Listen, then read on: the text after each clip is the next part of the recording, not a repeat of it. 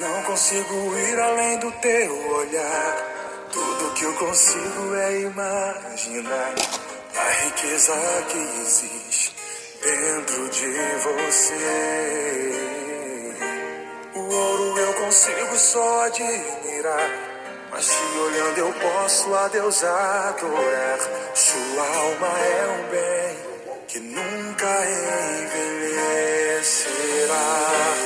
O pecado não consegue esconder a marca de Jesus existe em você.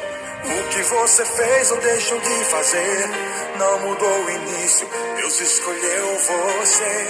Sua raridade não está naquilo que você possui ou que sabe fazer. Isso é mistério de Deus com você. Você é um espelho que reflete a imagem do Senhor. Não chore se o mundo ainda não notou.